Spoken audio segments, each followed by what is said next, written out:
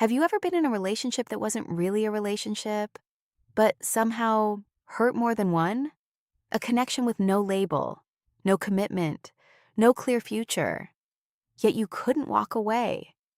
You told yourself that if you were patient, if you loved them enough, if you proved your worth, eventually they would choose you. But they never really did. This is what I call the situationship wound. And chances are, it's not about them at all. It's about an emotional blueprint that existed long before you met them. Most people think they're attracted to a person, but often they're attached to a feeling, the feeling of almost being loved, almost being chosen, almost being enough. Because for many people, that feeling is familiar. Maybe love in your childhood was unpredictable. Maybe affection had to be earned.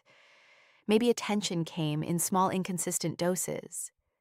You learned that uncertainty wasn't dangerous. It was normal.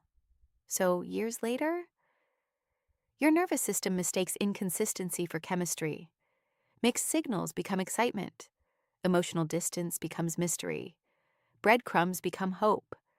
And waiting becomes love. The situationship isn't creating the wound. It's exposing one that was already there. This is why people often become more attached after being ignored.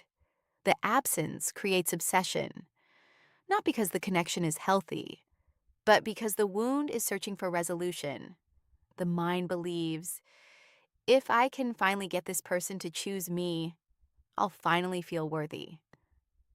But here's the truth.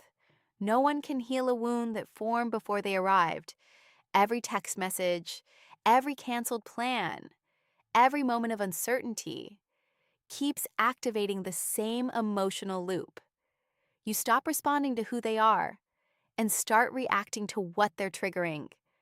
This is what I teach through Woundtraction. We don't simply attract people. We attract opportunities to meet the parts of ourselves that still need healing. The situationship becomes a mirror, not because you're broken, but because your nervous system is still trying to finish a story that never had an ending. Healing doesn't happen when they finally commit. Healing happens when you stop believing your worth depends on someone else's decision. Because the moment you become the one who chooses yourself, the situationship loses its power. And something incredible happens. You stop chasing people who can't meet your needs. Because your nervous system no longer mistakes emotional uncertainty for love. You begin recognizing peace instead of confusing chaos for passion. And that's when your relationships begin to change. Not because you found better people, but because you became someone who no longer negotiates their own value. The greatest relationship you'll ever build is the one that teaches your nervous system that love no longer has to be earned. It only has to be received. If this message resonated with you, subscribe and join me as we explore healing, awakening, becoming, and the hidden relationship patterns that keep us stuck. Thank you for taking the time to connect with my channel. And always remember, you are loved.